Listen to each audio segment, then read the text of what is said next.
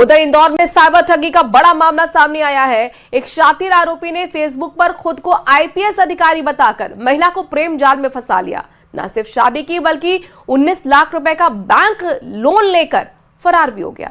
Cyber थाना police ने आरोपी को आखिरकार इंदौर के राजेंद्र नगर से दबोच लिया है। आरोपी के खिलाफ बड़ी बात यह है कि पहले से ही 19 मामले दर्ज हैं।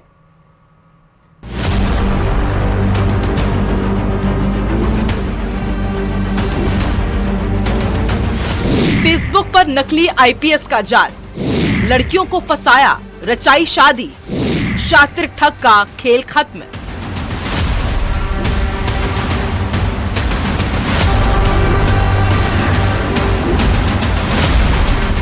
इंदौर के साइबर थाना पुलिस ने एक शातिर ठग को गिरफ्तार किया है।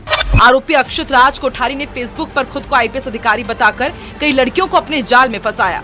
पुलिस के अनुसार आरोपी ने एक महिला से शादी रचाई और उसके दस्तावेजों का इस्तेमाल कर 19 लाख रुपए का बैंक लोन लेकर फरार हो गया।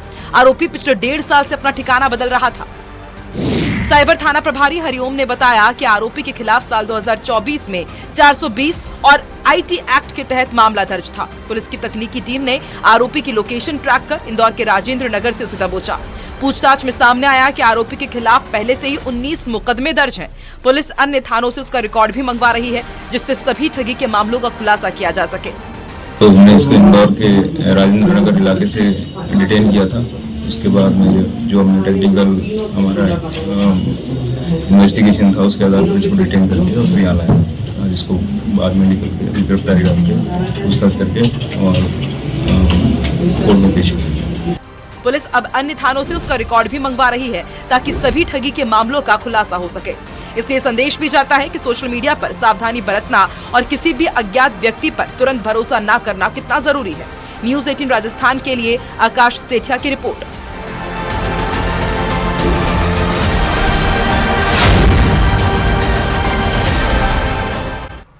और अब बात खेजड़ी बचाओ आंदोलन की करते हैं। प्रदेश में खेजड़ी बचाओ आंदोलन के समर्थन में पर्यावरण प्रेमियों का महापड़ाव 9वें दिन भी जारी है। मुख्यमंत्री और संतों के बीच हुई बातचीत के बाद भी पर्यावरण प्रेमियों का साफ कहना है कि जब तक सरकार ट्री प्रोटेक्शन एक्ट नहीं लाएगी तब तक महापड़ाव जारी रहेगा।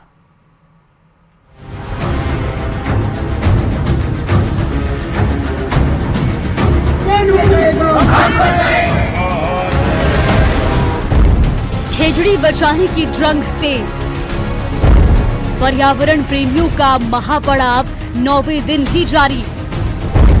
सीएम से बातचीत के बाद भी नहीं मिली तसल्ली।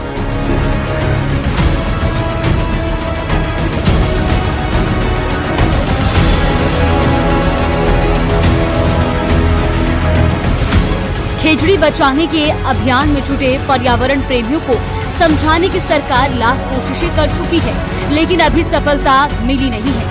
हालांकि अनशन खत्म कराया गया, लेकिन महापड़ाव अब भी जारी है।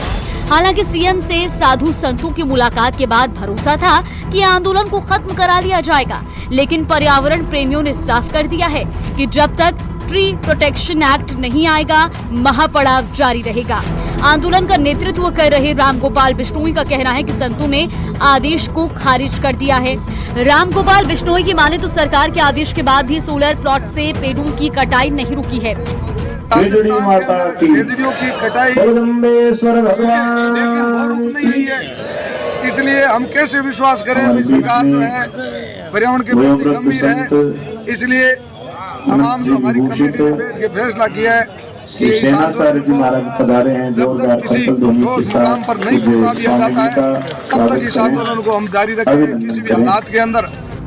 बीकानेर से शुरू हुआ आंदोलन अब दूसरे जिलों तक पहुंच चुका है। जालौर के सांचौर में भी खेजड़ी के लिए प्रदर्शनकारी पिछले कई दिनों से धरना दे रहे हैं। इतना ही नहीं, मंगलवार को काली पट्टी बांधकर उन्होंने एसडीएम को ज्ञापन सौंपा।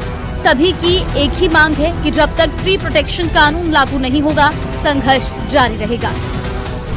दरअसल आंदोलनकारी और संत समाज की मांग है कि पूरे प्रदेश में खेजड़ी और दूसरे पेड़ों की कटाई पर पूरी तरह रोक लगे। एक सख्त ट्री प्रोटेक्शन कानून बनाया जाए ताकि पेड़ों की कटाई रोकने के लिए साफ कानून बने। दरअसल खेजड़ी प्रदेश का राज्य वृक्ष है और थार मरुस्थल के पारिस्थितिक जल संरक्षण और संस्कृति से गहरा जुड़ा हुआ माना जाता है। आंदोलनकारियों का आरोप है कि राज्य में सोलर पावर परियोजनाएं और अन्य विकास प्रयासों के नाम पर खेजड़ी समेत कई पेड़ों की बड़ी संख्या में कटाई हो रही है, जिससे पर्यावरण को नुकसान हो रहा है। बहरहाल सड़कों से लेकर सोशल मीडिया तक खेजड़ी बचाने की गूंज अब पूरे राजस्थान में सुनाई दे रही है। अब देखने वाली बात ये है कि सरकार कब तक पर्यावरण प्रेमियों को भरोसे में लेती है और कब तक ये लोग सरकार की बात पर भरोसा करते हैं। बीकानेर से विक्रम जगरवाल और जालौर से रेवा शंकर की रिपोर्ट। अगर आपके घर में भी बच्चे हैं तो एक खबर आपको अलर्ट करती है, ये मस्ट वॉच है। मोबाइल की लत बच्चों को एक तरफ जहां जिंदगी खत्म करने के लिए मजबूर कर रही है, वहीं उन्हें अपराध के दलदल में भी धकेल रही है। भीलवाड़ा से ऐसा एक मामला सामने आया है जहां महज 14 साल नाबालिग ऑनलाइन गेमिंग के लिए पैसों की जरूरत पड़ने पर चोरी की वारदात को अंजाम देने लगा।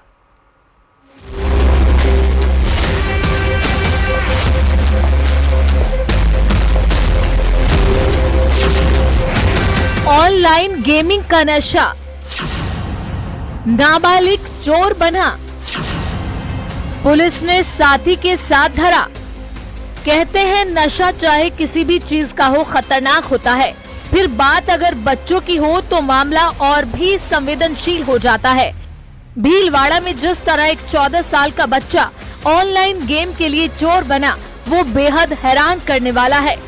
हालांकि पुलिस ने उसे उसके साथी के साथ निरुद्ध कर लिया है। साथ ही चोरी का सामान खरीदने वाले ज्वेलर को भी गिरफ्तार किया है।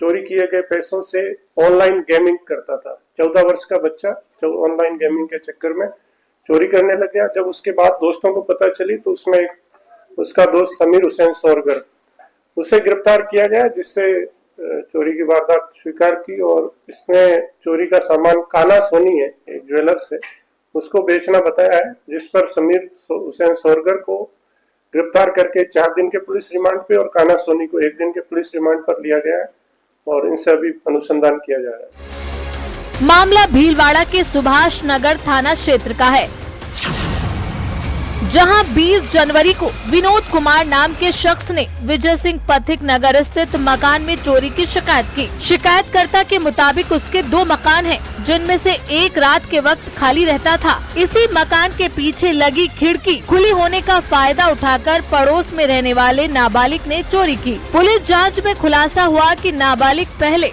2-3 बार छोटी रकम चोरी करता रहा, लेकिन बाद में उसने बड़ी चोरी की वारदात को अंजाम दिया। मनोचिकित्सक बच्चों में ऑनलाइन गेम की लत को लेकर माता पिता को सतर्क रहने की सलाह दे रहे हैं। ऑनलाइन गेमिंग का बच्चों के ऊपर प्रभाव तो काफी पड़ रहा है, क्योंकि क्या होता है ना कि ये छोटे छोटे बच्चे हैं और जब ये ऑनलाइन गेम में खेलना शुरू करते हैं तो इनका डोपामिन रिलीज होता है, तो इनको खुशी मिलती है बहुत ज्यादा। और जैसे जैसे गेम आगे बढ़ता है डोपामिन की मात्रा पल्स बढ़ती जाती है, तो उसका ये प्रभाव पड़ता है कि